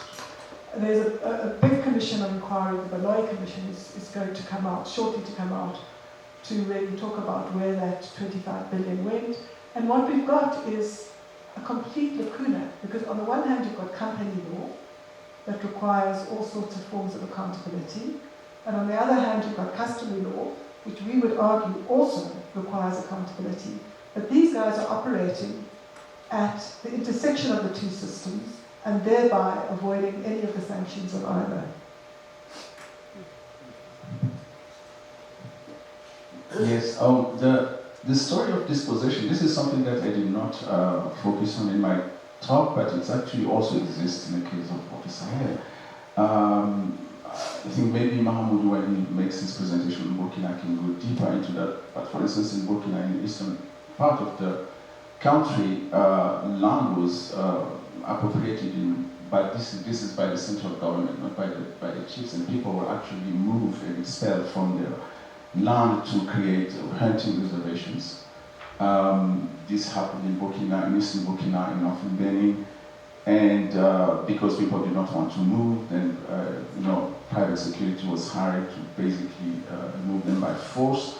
Many of those private security working there are actually South African, so-called mercenaries. That's what they were being called in the region, and this creates, of course, a form of injustice that then could bring people to look for protection and security with other forces than the state forces, since they now perceive the state as this enemy who is basically taking their livelihood away from them. And this is one of the ways in which, for instance, the jihadists could expand, because they would then come and offer weapons, training, and protection to people who feel unfairly treated by the state. And the same story, but in a kind of different way, happened in northern Mali, where the Fulani, for a long time, actually going back to the 1970s, were freed by Malian military in cahoots with people from other communities in northern Mali to basically steal their cattle and sell them at higher prices in southern Mali. And they were never able to get redress. And so this was just festering there until this situation blew up. And then the Fulani could find someone who finally could maybe help them in their predicament. So those kind of things fit into this context that I was describing, which maybe leads me in a circuitous way to your question, Carl. How do I offer an alternative perspective on this relation between the center and periphery in sub-Saharan Africa? I'm not sure I can now at this point really respond as strongly as I want to, because I'm still thinking about this in my head.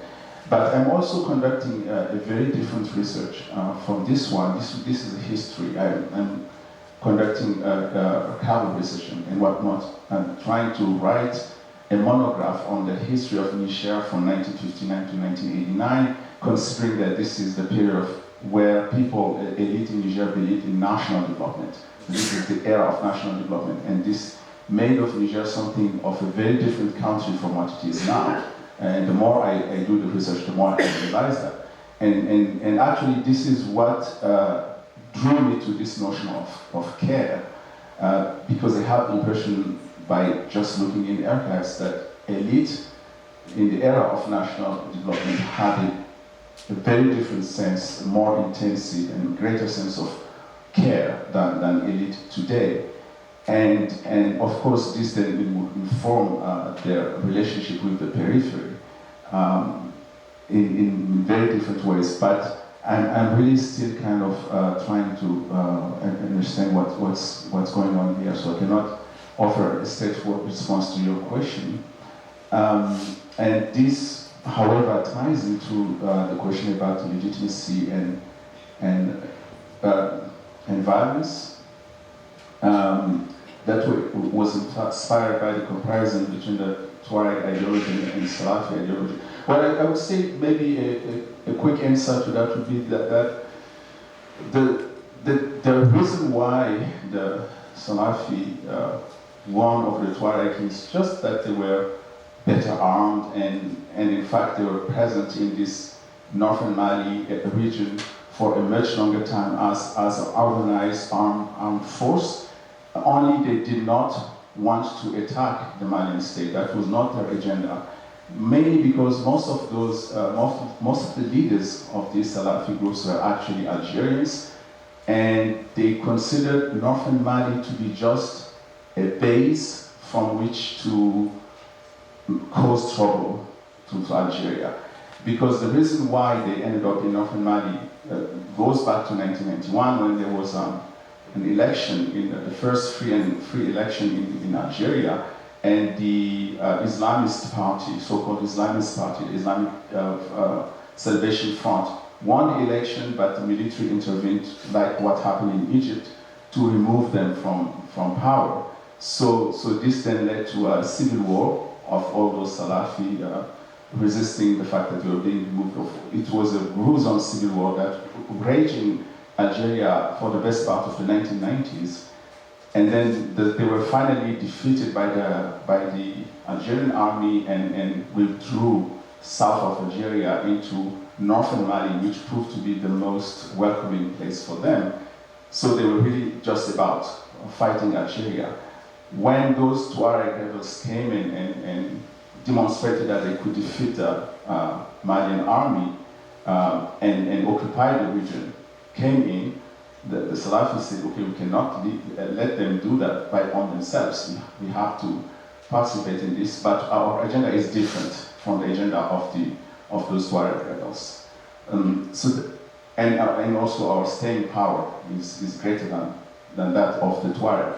So they easily actually evicted the Tuareg out of the fight by early 2012, thanks to that But also maybe I think you're right also in drawing attention to the difference between their ideologies, because of course Salafi ideology being based on promoting Sharia has wider appeal in Mali, in northern Mali, and in Mali in general than an ethnic ideology. And in fact, this Tuareg ideology, even within the Tuareg community, it's not a dominant ideology. It's actually the ideology of a very specific subgroup of the Tuareg. And lastly, I don't want to monopolize lastly, your question about the transference of resources in this context of so-called war on terror is also valid for the case of Mali, Burkina, and Niger, as you can imagine, especially in the case of Mali, where the war on terror involved community-based groups, armed groups, which are not trying to defend or promote kind of an Islamist agenda, but are part of the national fabric in those countries, meaning that they are present also, they have representatives, or I don't know if representatives is the correct word, but there are people in the central government who are connected to those community groups and who, in fact, especially in the case of Mali, do transfer resources from the central government to fighters on the terrain, to build their own power in the center, to build patronage ties. And even before the conflict, there were also ties between people in power in the center, and especially those criminal groups involved in the drug trafficking. Of course, drug trafficking networks could not develop without complicity between the authorities. And so this was going on in a kind of quiet way, so to speak, before the conflict blew up.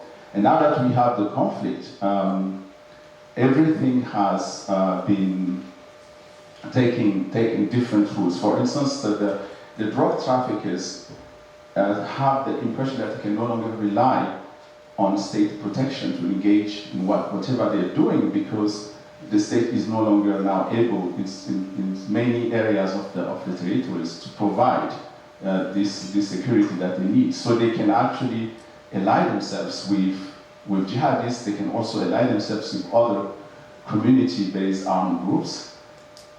And in all this mess, it's of course very difficult to identify how resources flow from one set of actors to another, but you know that it does actually happen, and there are ways in which we can detect that. The International Crisis Group has made a very interesting work in that field. The thing about corruption is that it's so secretive that, of course, no one shows himself to be corrupt. So that's why research is difficult in this area, but we know it happens.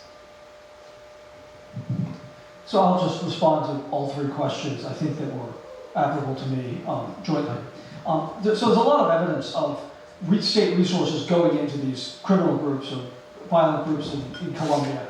The 17th Brigade in Urabá of the Colombian Army remains sanctioned by the US government for its support of the paramilitaries.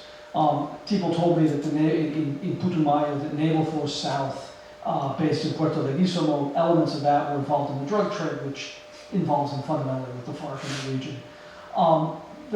The oil company in the region, Ecopetrol, is a public sector oil company that pays off the guerrillas not to blow up the pipelines, right? So state resources are constantly flowing into these organizations, and as the state is strengthened, so too are these organizations strengthened in many cases. But it's important to also recognize that policy makes a difference, right? And that shifting policies and projections of power can expand the power of some illicit groups and diminish the power of other illicit groups. And Colombia has seen a lot of that complex dynamic play out over the last 20 years. But that's a very complex story to outline.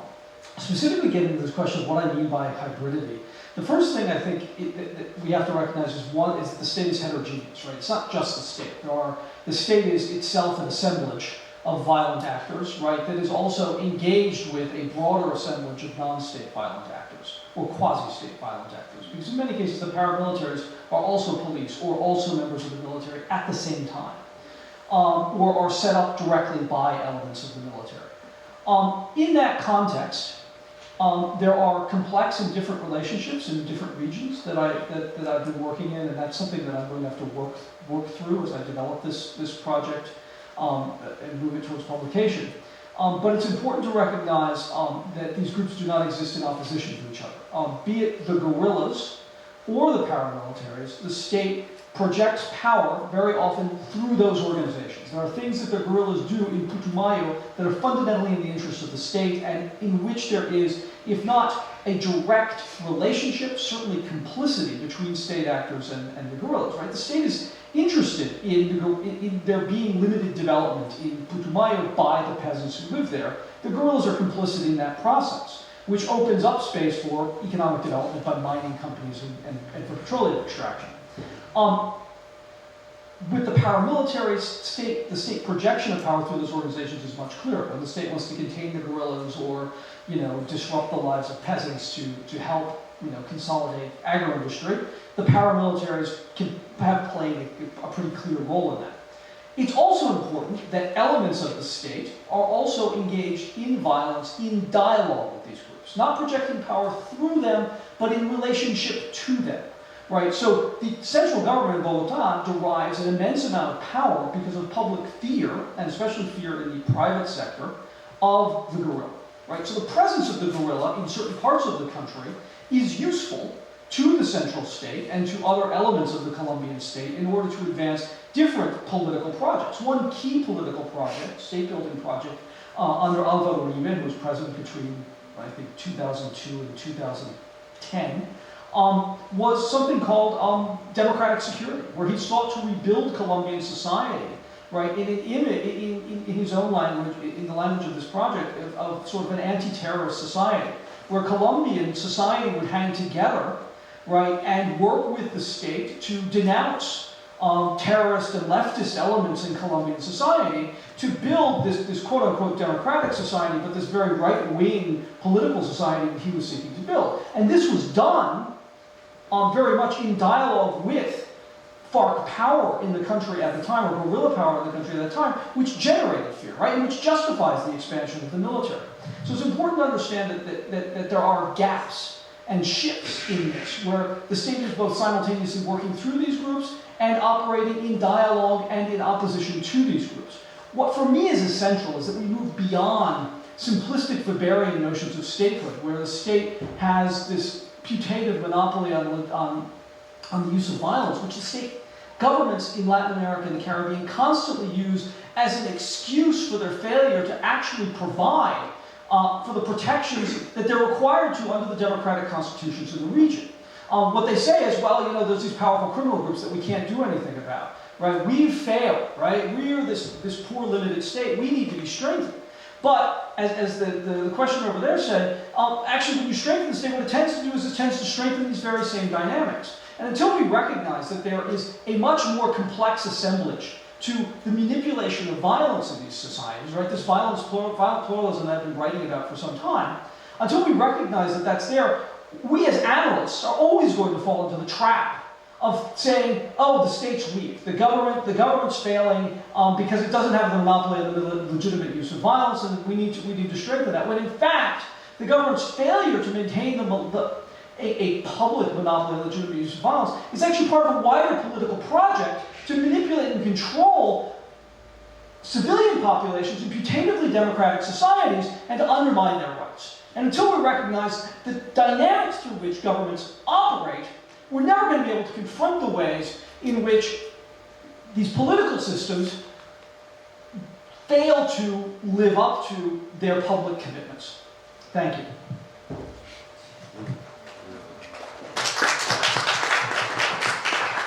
Thank you again to our fantastic presentations and for the very good discussion. We are going to break for a short tea break now for 10 minutes, if that's okay, and then please be back in time for the next session. Thank you. Coffee and therapy, I hope.